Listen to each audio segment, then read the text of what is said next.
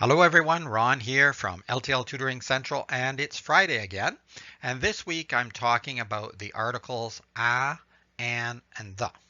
One of my students asked me to clarify when to use these when he's writing. So I put together a little document for him earlier in the week and decided to make a video this Friday so that I can help some others. At the end of this video, there's a link to the document.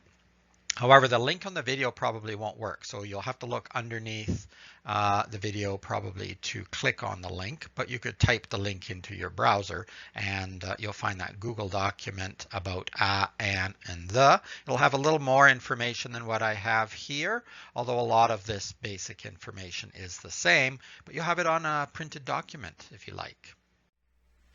So just before we jump into actually using the articles, there's a few definitions to know. So a proper noun, what is a proper noun? Well, it's a word that names a specific person, place, thing, or idea. And there's a few examples: Joe, Speed River, August, Mickey Mouse. A count noun is a word that names something that is countable and can form a plural. So for example, boy, boys, orange, oranges, dog, dogs. These things can all be counted. I can say there's 5 dogs, 8 oranges, 3 boys. So these are countable nouns. A non-count noun is a word that names something not usually considered countable. For example, courage, or flower, or hair, or knowledge, or research, sugar. We don't usually count the grains of sugar. There may be some scientific experiments where you do, but generally we're just talking about sugar or flour or knowledge as a non-count noun. Now you want to use a or an before a singular count noun when the reader does not know its identity. And it's often because it has not been mentioned before. For example, a researcher in our department created a method of investigation that saves time. So this researcher hasn't been mentioned previously, or the method, so we're using the articles a in this case. You would use the before a singular count noun that has a specific identity.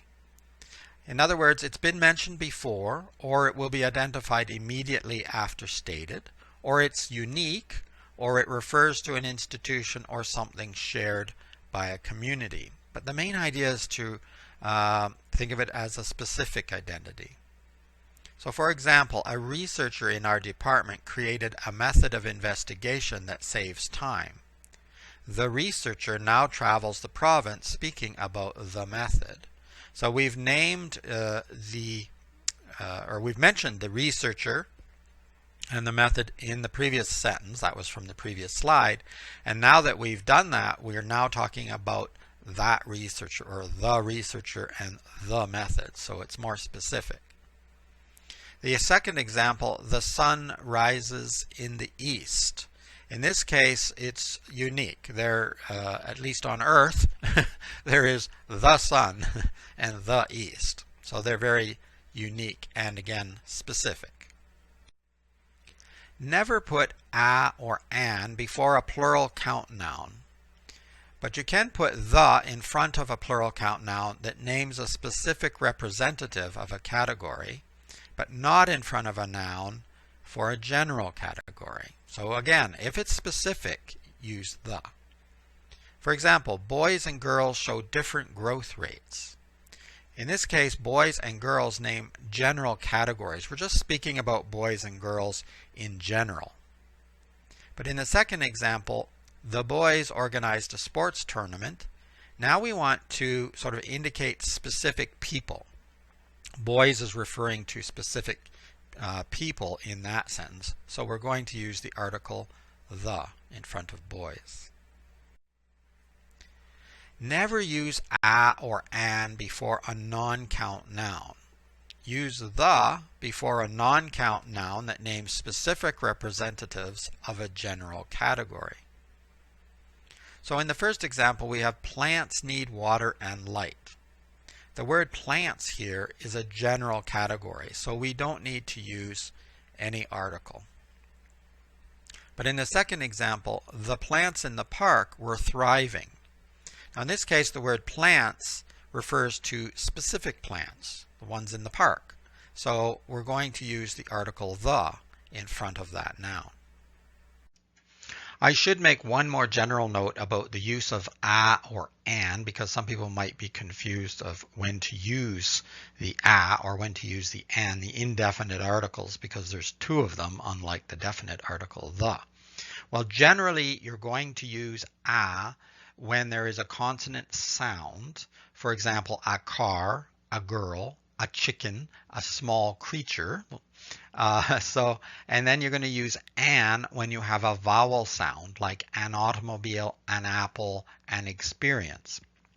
But you have to pay attention to the sound, not just the letter. Now, usually, if it's a vowel letter, you're going to get a vowel sound, and if it's a consonant letter, you will get a consonant sound, but not always.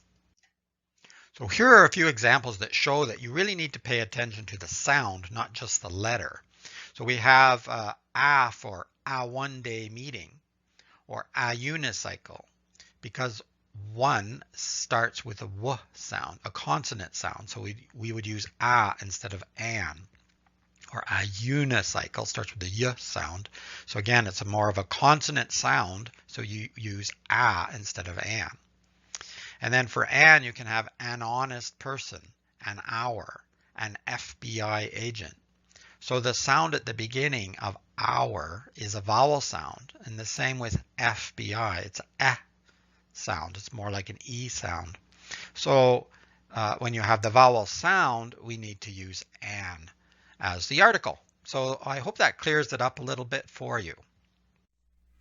As promised, here's a link to the document, and you can either type that into your browser, or I will try to put a link underneath the video so that you can just click on it.